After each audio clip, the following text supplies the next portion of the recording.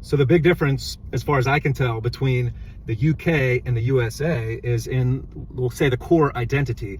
And I think the reason why that, the UK is really struggling to push back on this labeling of colonizer, for example, or supremacist, something like that.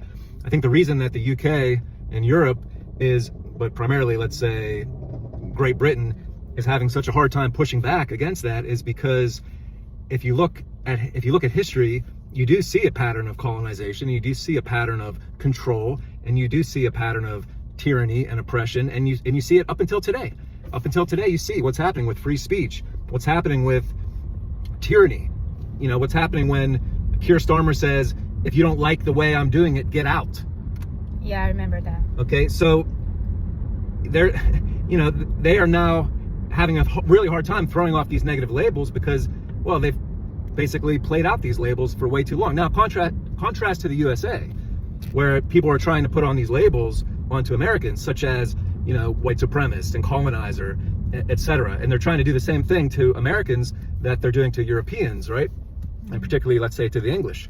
Well, guess what? Americans are not going to accept that because the core identity of the American is actually not colonizer or supremacist. The core identity of an American is revolutionary.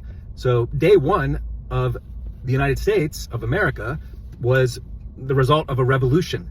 So pushing back against tyranny, pushing back against oppression, and pushing back against control. So at the core identity, Americans are revolutionaries, not colonizers.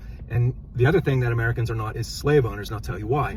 It is true that when the country started, there were slaves. Well, that lasted for less than 100 years. Now we're more than 250 years without slaves because Americans were one of the first people to abolish slavery. And if you look at the history of slavery worldwide, you will see that Americans are not guilty of slavery. Well, we'll say for less than 100 years, there were slaves here with the formal country.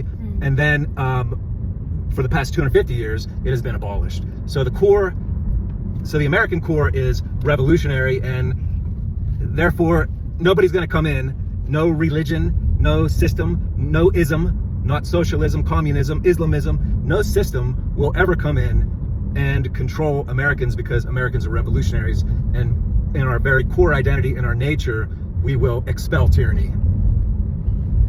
Okay.